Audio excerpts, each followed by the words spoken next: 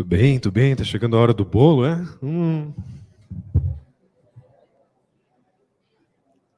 Aí estamos.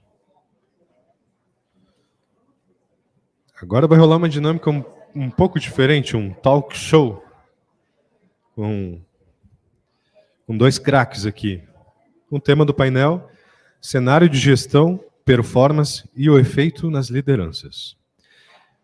Luiz de Luca, mais de 37 anos, atua em instituições de saúde do país. Teve sua experiência profissional desenvolvida em empresas como Philips e GE Healthcare, assumindo uma posição global sediado nos Estados Unidos. Desde 2005, exerceu a função de CEO em empresas de serviços médicos hospitalares, onde foi também diretor-geral do Hospital 9 de Julho por 5 anos. Trabalhou durante 5 anos como CEO do Hospital Samaritano de São Paulo, fez parte da transferência do mesmo para United Health Brasil e foi o CEO do América Serviços Médicos até o final de 2017. Membro do Instituto Brasileiro de Governança Corporativa, o IBGC, com atuação ativa na Comissão do Conselho do Futuro e Comissão de Inovação. Atualmente tem desempenhado funções de conselheiro de empresas e de advisor de fundos de private equity para investimentos no setor da saúde. Tem participado de projetos de startups, inovação e transformação empresarial, atuando como mentor dos ecossistemas distrito vinculados ao Hospital Albert Einstein. E para fazer essa troca com o Luiz, o Nilo, convido o Nilo e o Luiz para o palco para esse talk show. Bem.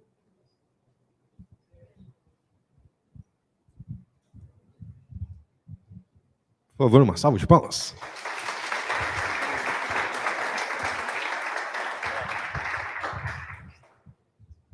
Alô, alô. Vamos ficar em pé, senão eles vão dormir, Nilo.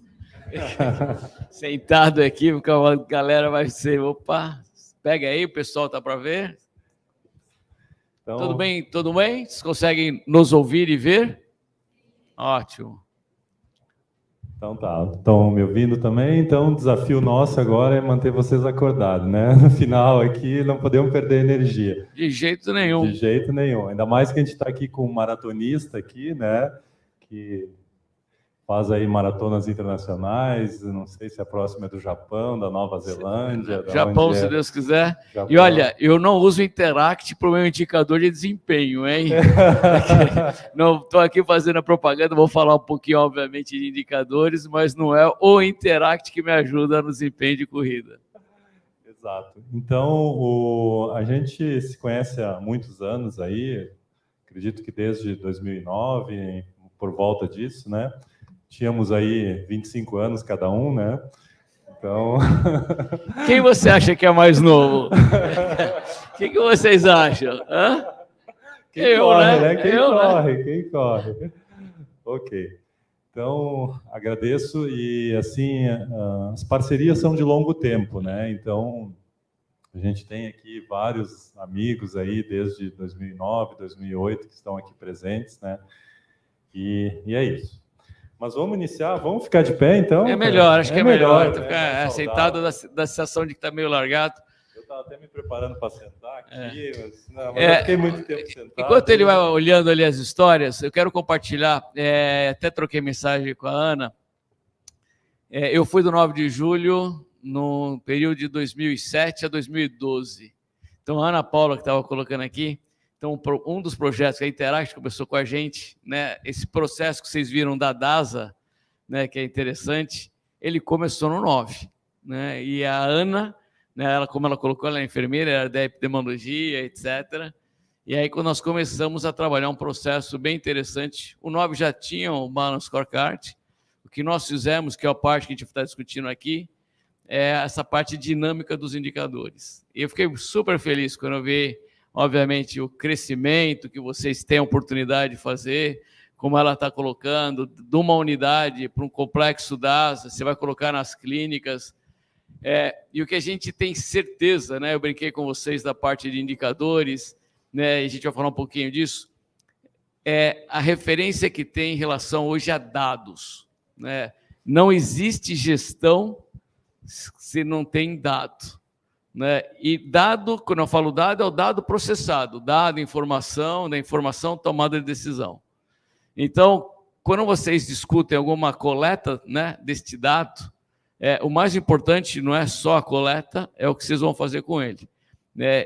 O Nilo brinca comigo, eu sou maratonista, ainda corro, apesar de ser um pouquinho só mais velho que ele, já fiz 17 maratonas, e até hoje eu olho, eu tenho um GPS que eu corro, e até hoje eu olho os dados do meu GPS. Então, a frequência cardíaca, o pace. Então, quando a gente olha, eu vi a Ana colocando, né, outras instituições, né, obviamente, como o GND, Rap Vida, eu conheço muito o Grupo Santa Catarina, e o que nós estamos vivenciando hoje é uma era de transformação. Então, o que eu colocaria um pouquinho para a reflexão de vocês não é só o que vocês estão coletando, é como vocês estão coletando, que tipo de informação, que tomada de decisão, porque a saúde vai se transformar. Já está se transformando. Mais ou menos, tem muita coisa ainda para acontecer pela heterogeneidade, como foi colocado aqui. Mas toda a parte futura da saúde, ela vai ser baseado em dados e informação. Agora vamos lá, vai para a tua cola, eu já estudei tua cola. Ok. Pegando um pouquinho o gancho da questão dos dados aí, né? O que a gente faz com os dados é muito importante, né? Às vezes o pessoal fala, esse sistema é um BI, né? Um BI, tá, mas o BI, ok, eu olho aqueles dados, mas o que eu faço com eles, né? Então, a ferramenta ela tem que ser uma ferramenta de gestão, né? Não é só olhar os dados, ter aqueles gráficos bonitos, mas o que eu faço com eles? Qual é o aprendizado que gera, né? Então, isso é muito importante. Mas vamos seguir a colinha aqui, o que a gente fez, né? Então, é isso aí. Então, o objetivo aqui é a gente ver o cenário de gestão e performance, né? Quando a gente fala performance, é desempenho, e como isso afeta as lideranças, né? A gestão, né? Os comportamentos dentro da instituição, né? Aqui, lembrando, um dos pontos mais importantes na área da administração, para a empresa ter sucesso no mercado e poder crescer, além de um bom produto e serviço, é a gestão. A gente sabe que a gestão faz a diferença, né? Muitas empresas quebram, né, por falta de gestão, né? Preciso ter um bom produto, preciso ter um bom serviço também, mas a gestão é fundamental, né? Pelos conceitos da administração, né, a gestão é o ato de administrar recursos, né, uma empresa sem gestão é como um barco sem leme, né, né? Então, temos vários conceitos. A liderança, né, que está à frente dessa gestão, né, ela tem que ter a habilidade de motivar, influenciar, inspirar, comandar, né, um grupo de pessoas para atingir um objetivo. Né? Então, esse é o objetivo principal da liderança, né?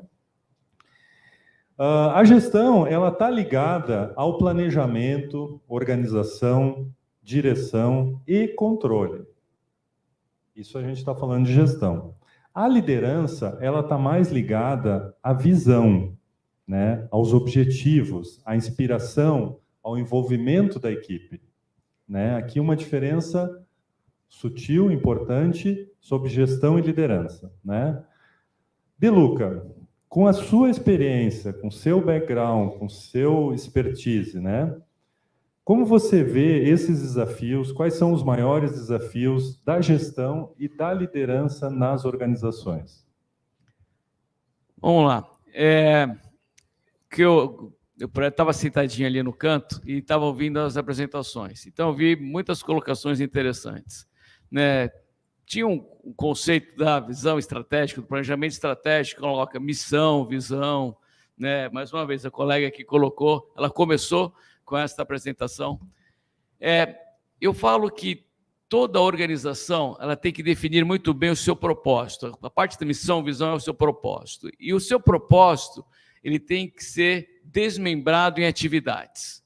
Como eu atinjo esse propósito? Quais são essas diretrizes para fazer isso?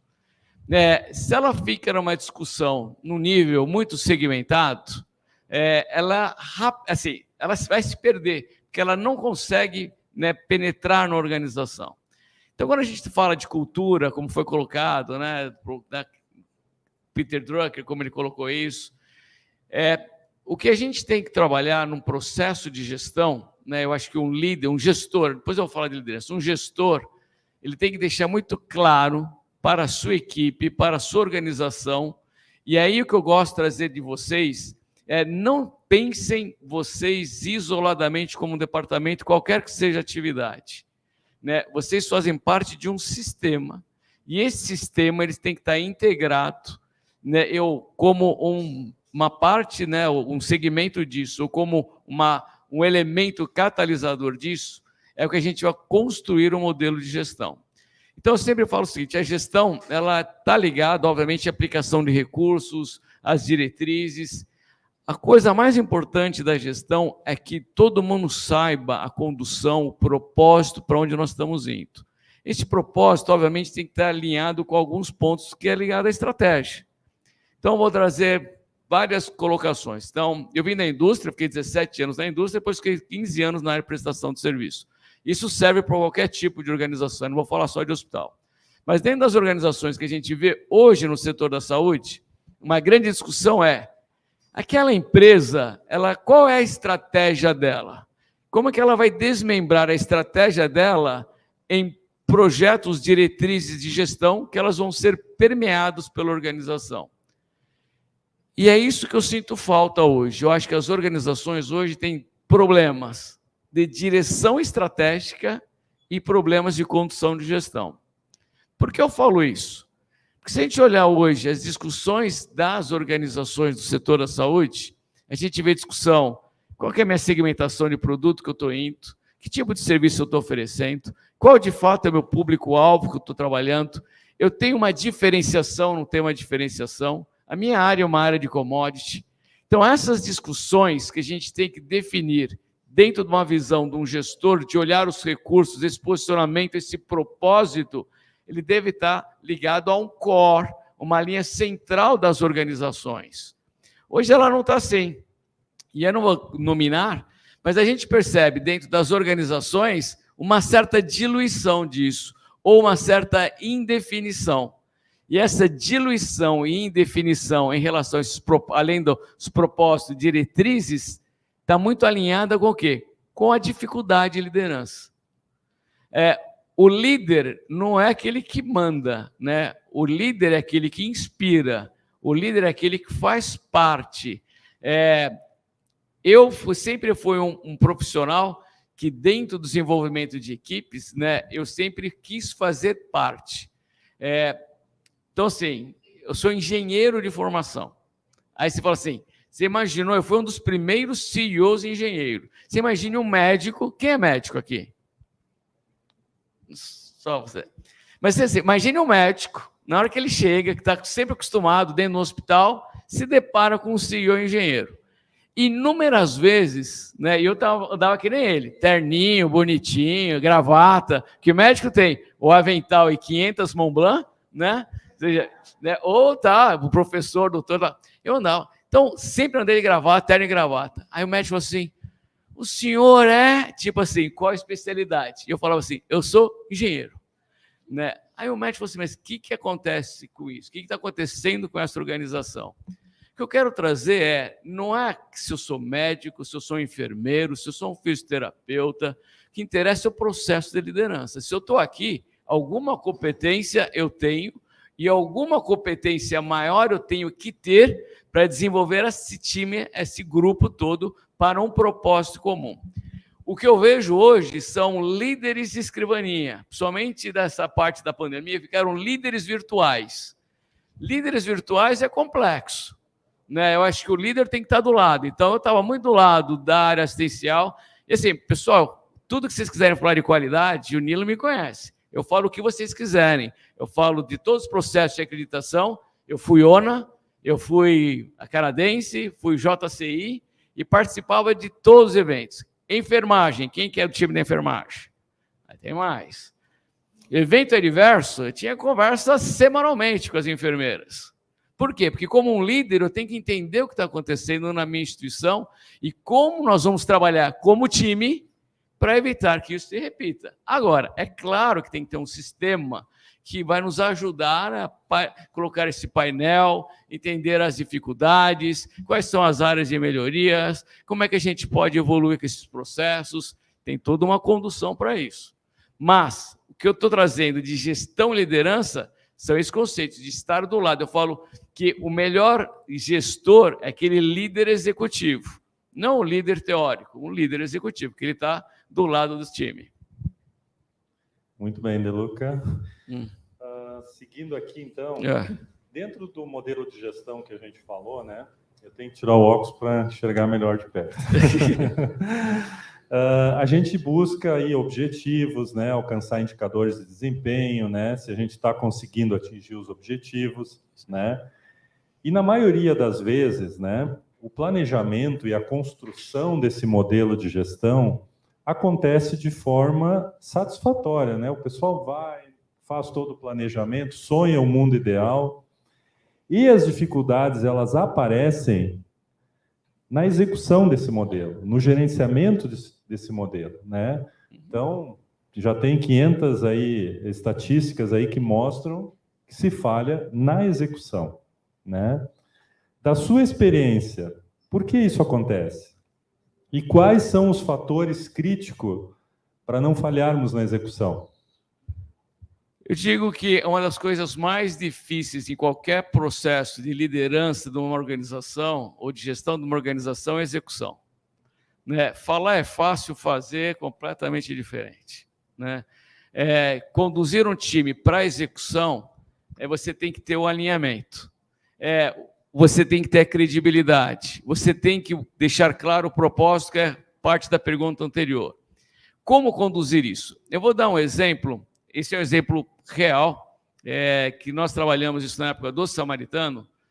Quando eu cheguei no Samaritano, tinha uma estrutura hierárquica. Você imagina uma empresa centenária, né? Tinha uma estrutura hierárquica super pesada. E onde você tinha uma reunião dos superintendentes, e esta reunião de toda a discussão que ficava, ela ficava no nível de superintendente, e depois, isoladamente, né, ela tinha as reuniões departamentais. Nós constituímos, e já tínhamos trazido isso, do 9 de julho, que a gente chamava de uma reunião de produção. O que é a reunião de produção? A reunião de produção era uma reunião onde nós trazíamos o time, todas as lideranças ligadas às áreas de produção. Quando eu falo produção, são áreas assistenciais, então tinha pronto-socorro, né, UTI, unidade de internação, parte SADT, bloco cirúrgico. Nós fizemos uma reunião e a gente começou a definir parte dos indicadores daquilo que nós gostaríamos de acompanhar. Nós começamos a definir quais seriam eles como time. Ele não foi jogado de cima para baixo. Então, a gente começava... Então, o hospital tem duas partes, o paciente entra por duas áreas. Quais são elas? PA, UPS e unidade de internação. Né? E a unidade de internação, geralmente, ela, né, se ela não está entrando pelo PS, você está entrando para uma cirurgia eletiva. Então, a gente começava a seguir, quem já fez muito paciente crítico canadense, a gente usava exatamente o fluxo do paciente crítico, seja ele o paciente que entrava pela emergência ou o paciente que ia entrar para um bloco cirúrgico, que era uma internação. E aí nós constituímos toda uma parte de fluxo em relação a esse caminho do paciente e os indicadores estavam ligados a ele.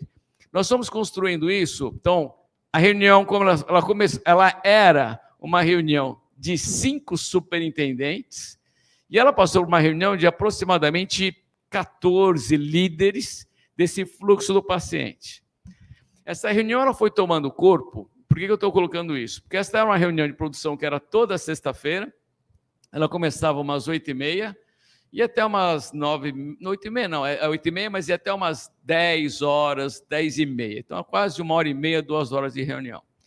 E a gente varria o hospital inteiro, tudo que vocês possam imaginar. Isso vai dar uma outra, um dia que o Nilo quiser, a gente faz uma outra conversa dos indicadores que nós abordávamos. O que eu quero dizer com isso? Que as pessoas, toda aquela liderança que estava fragmentada no primeiro momento, ela se juntava para a gente olhar o fluxo do paciente e essas demandas. A gente cobria internação, qual era a taxa de conversão, agendamento cirúrgico, etc. Tudo isso. O que eu quero dizer? O processo, ele foi um processo alinhado com todo mundo. A partir desse momento que a gente conseguiu fazer esse alinhamento, as demandas que nós íamos fazer, elas já entravam com um aspecto de execução, de implementação, quase que simultâneo. O que é simultâneo? Não tinha que ter uma outra reunião. Então, já saía ali com o mapa de coisas. Tiver algum problema no PS, isso. Que vamos dar uma olhada, vamos olhar isso. Então, a liderança estava lá. Agendamento, a taxa de problema de cancelamento de cirurgia. Qual a taxa média de cancelamento de cirurgia? Eu vou arriscar, a taxa média, de acordo com as instituições, ela vai variar de 15% a 25%. É inaceitável você bloquear um centro cirúrgico, uma área extremamente elevada, 15% a 25%. Nós conseguimos baixar isso em torno de 7%, 8%. Isso é bom ou ruim? Tem coisa que a gente não controla. A condição clínica do paciente eu não controlo. Às vezes um problema de uma autorização, às vezes a gente não consegue controlar. Mas esse processo ele foi desmembrado e o que chama de deployment, é a implementação disso com todas as lideranças. Então, ela saiu do nível teórico de uma cúpula para um nível mais compartilhado em relação a esse time. Esse é um processo de execução. Esse é um processo que a implementação se torna factível. Caso contrário, ela fica só demandas de reuniões. Quantas e quantas reuniões não são necessárias para alguma coisa acontecer? Isso aí me lembrou um caso, nós estávamos implantando no Hospital do Rio, da Rede Santa Catarina, lá. Não sei se a Jaqueline está aí ainda. Está aí, Jaqueline. Há bastante tempo, lá na Casa de Saúde São José. Aí veio uma irmã lá, bem velhinha, né? Ela disse, esse sistema aí acho que é bom, vai funcionar. Mas isso só vai dar certo se aquela pessoa lá da ponta, lá que faz a operação, ela entender o propósito disso. Né? Olha a sabedoria dela. Né? Só se aquela pessoa lá da ponta que faz a operação entender o propósito disso. E é isso que o De Luca está falando, né? É que envolver todos nessa reunião. Muitos falaram aqui, por que deu certo lá no Santa Catarina? Fizemos a campanha, já envolvemos eles desde o início. Teve um caso, foi interessante, numa visita à JCI, e nós tínhamos a parte de higienização terceirizada. Então, toda vez que tem uma certificação, uma acreditação, você sabe a movimentação que tem. E dentro dessa visita tinha, obviamente, a auditora internacional. Ela chegou num quarto, e tinha uma senhora fazendo a higienização do quarto, né? É uma pena que a Ana não está aqui. E ela, quando ela chegou para conversar com essa pessoa, ela falou assim, qual o seu papel aqui, né? O que a senhora está fazendo? Qual o seu papel na organização? Qual foi a resposta que essa senhora deu? Estou limpando, estou higienizando, uma coisa assim, meu papel aqui é a segurança do paciente. Acabou, né? Todo mundo chorou, a enfermeira chorou, a mulher da auditoria, porque assim, essa senhora que era uma terceirizada, ela entendeu o propósito. Ela era a ponta e ela viu que o papel dela, a responsabilidade dela estava ligado à higienização, e a higienização é fundamental para o processo de segurança do paciente. Então, assim, são essas coisas que a Freirinha falou que exatamente a ponta tem que comprar. Quando você faz isso, um processo de qualidade não está na parede. O processo de qualidade, ela está na tensão, ela está na ponta. Exatamente. E aí, pessoal, trazendo assim das experiências, a gente está falando muito aqui da área da saúde, né? Mas o case da Papyrus aí foi fantástico, né? Eu trabalhei muitos anos na indústria, no comércio, e fui cair na saúde, acho que foi aí por volta de 2007, 2008, que eu fui cair no ramo da saúde, acabei fazendo especialização em saúde, mas assim, eu vim também muito da indústria, né? Do comércio, né? E eu acho que você tinha falado, né? De que vocês já envolveram eles desde o início lá, né? Eu me lembro que você falou já desde o início. Então, isso faz a diferença, né? Então, já envolver todas as pessoas dentro desse processo de construção, né? Bem, o desafio aqui não é meu, é do De Luca, né? Então, vou fazer mais uma pergunta. Uma equipe de alta performance é um time formado por profissionais especialistas, mas com habilidades que se complementam. Eles compartilham de uma única visão e têm os mesmos objetivos. Juntos, os profissionais de alta performance colaboram e se desafiam para produzir um trabalho muito acima do comum. como desenvolver e manter uma equipe? Como desenvolver e manter uma equipe de alta performance? Esse é o tema que eu mais gosto. Eu falo assim, trabalhar em alta performance não é para qualquer instituição e não é para qualquer liderança. Você trabalhar em alta performance, ela é de alta demanda. Eu vou dar um exemplo na corrida. Tem um maratonista, né, que teve até agora, que é o Kipchoge, que ele tem o melhor tempo do mundo, que é 2 horas, 1 minuto, acho que 1 minuto e 9 segundos. E esse cara, todo mundo olha para ele assim, porque ele foi quebrando recordes atrás de recordes. E é um cara que realmente surpreende, porque ele trabalha em alta performance o tempo todo. E recentemente em Boston, faz aproximadamente 1 mês atrás, todo mundo esperando que ele fosse quebrar, né, o recorde da maratona de Boston. O que aconteceu? Kipchoge quebrou, né? Ele não conseguiu, né? Ele perdeu a corrida, ele chegou, sei lá, em 10º lugar. Então, assim, até para aqueles que trabalham em alta performance, manter a alta performance o tempo todo é muito difícil. Como se faz isso? Só tem uma maneira de fazer isso, é com motivação. Né? É muito alinhado em relação ao propósito e você sempre estar inconformado com uma situação que tende a ser cômoda. A alta performance, ela é incômoda. Por quê? Porque você nunca se acostuma a um determinado ritmo, a uma determinada demanda. E quando eu falo ritmo, demanda, não é só o estresse do trabalho, é olhar oportunidades de melhoria, olhar oportunidades que você, teoricamente, que sim, tá bom. Não é assim, tá bom. Como é que eu posso chegar num determinado nível que não é esse? Como é que eu posso atender melhor meu paciente? Como é que eu posso atender melhor a minha empresa? Eu trabalhei na indústria, né? Quando nós começamos a trabalhar, eu fui comercial muito tempo da minha vida. Quando eu assumi uma diretoria geral, eu tinha saído da área, né, só de vendas e fui olhar serviço. E se tem uma área dura dentro de indústria, é a área de serviço.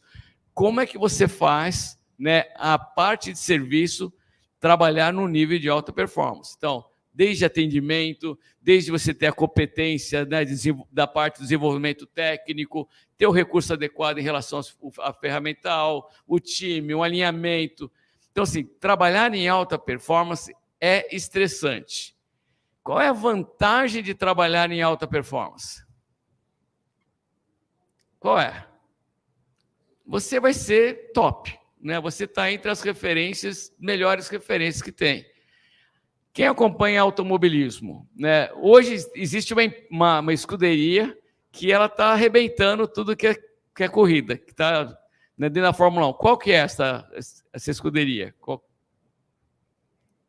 Red Bull, né? Batei no Ferrari, batei no Mercedes, né? Agora, é um time que trabalha no limite. Já tem até característica. O Red Bull geralmente trabalha com... Quer dizer, é a equipe Red Bull. Esses caras trabalham no limite. A última corrida, quem chegou um pouco atrás falou assim, bom, chegar em terceiro tá bom, porque os 2 caras da Red Bull já estavam lá na frente. Então, a equipe de alta performance, ela é sempre vista como uma referência. A equipe de alta performance, ela sempre vai trabalhar o diferencial. Isto ele é motivacional. Isto é poder fazer mais. Isso é o seu cliente responder melhor. Né? É você ter um posicionamento estratégico completamente diferente das outras organizações. Dentro da área do esporte, Bernardinho, o que esse cara fazia? Quem já leu o livro dele, ouviu as histórias dele. Esse cara trabalhava no limite da performance dos atletas. Né? O pessoal chegava de viagem e falava, o que nós vamos fazer agora? Nós vamos agora treinar. Por quê? Porque cada dia é um dia, né? Quer dizer, acima.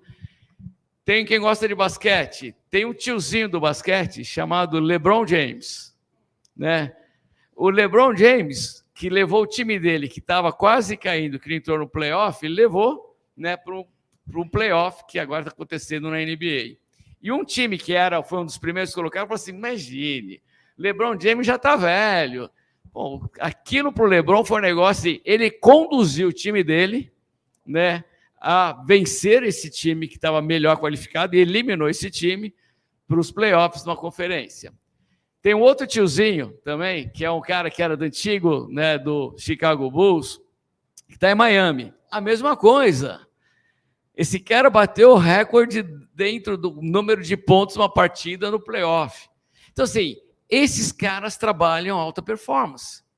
Esses caras conduzem time. Agora, melhor que ter um é ter um time de alta performance. Agora, o líder tem que ser de alta performance. A organização tem que buscar alta performance. Agora, é estressante. Trabalhar em alta performance não é para qualquer um. Você tem que realmente puxar o time o tempo todo. Como que você faz isso? Motivação, inspiração, reconhecimento, trazendo desafios que vai ser para o bem não só, obviamente, de um, mas o bem de todos. Obrigado, De Luca. A última pergunta agora, porque o nosso tempo está correndo. Já está estourando, aí, né? Está estourando e vamos obedecer todo o protocolo aí, tá?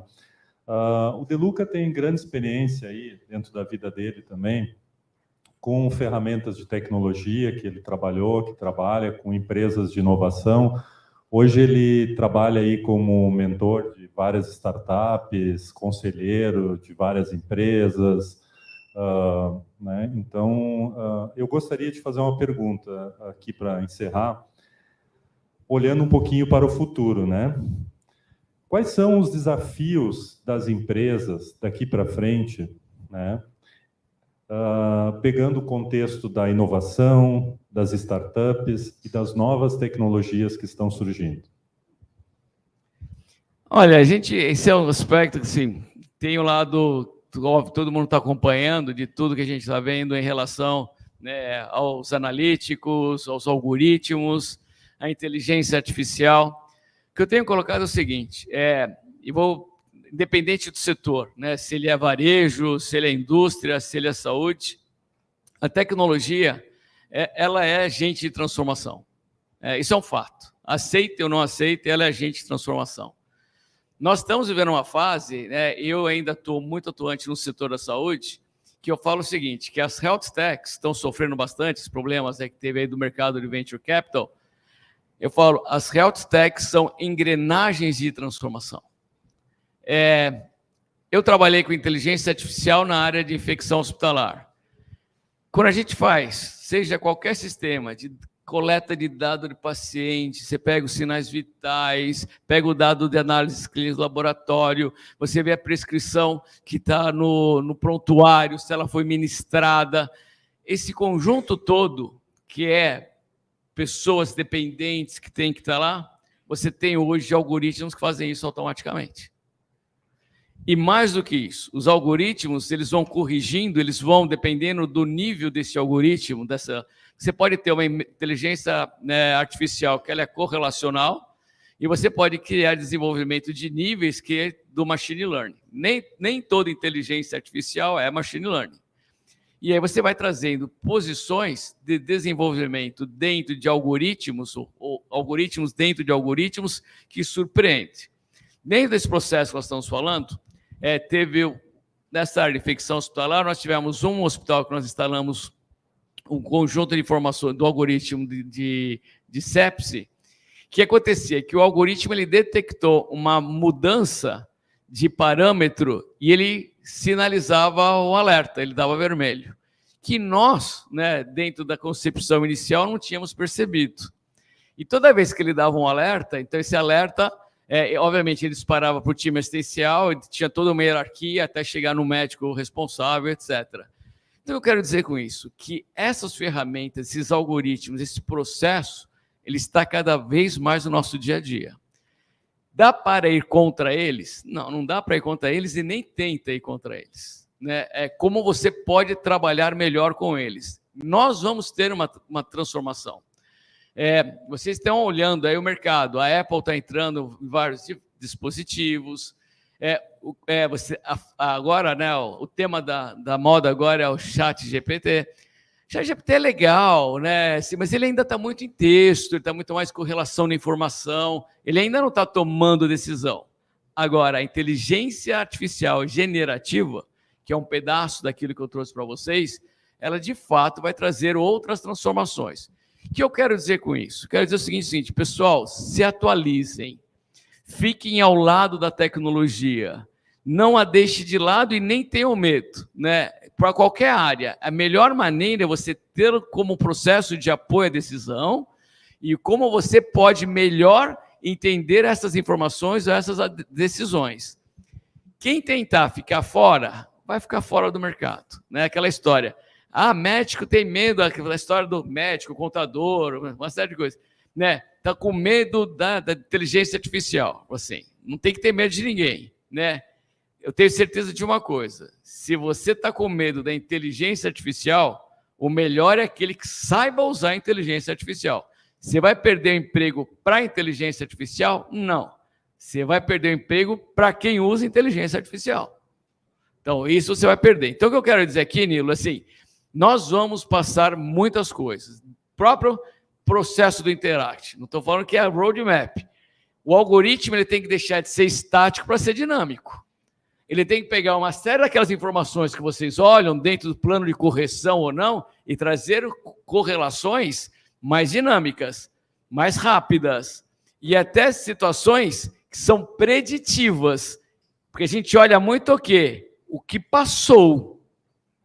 E eu falo que a parte mais legal de um processo de desenvolvimento é não olhar o que passou, mas daquilo que passou, como que eu posso prever o que vai acontecer? E isso já é bem factível, pessoal. A gente consegue perceber isso. Por tempo de internação de paciente, gatilhos que estão na longa permanência, processos de fluxo de paciente dentro da emergência por correlação de dados em relação a CID, tipo de medicação. Em tudo, varejo, você já vê a predisposição do consumo dos seus clientes. Quem entra na Amazon já sabe, começa a olhar, a Amazon já começa a direcionar o que você está pesquisando. E não é só a Amazon, Mercado Livre idem, tá? Então, este processo, na minha opinião, que nós começamos uma parte inicial de gestão de dados, gestão do recurso, tomar decisão, é como eu vou olhar agora, a predição, como eu olho, projeção, como eu vou olhar para frente. Esse treino de olhar para frente é difícil.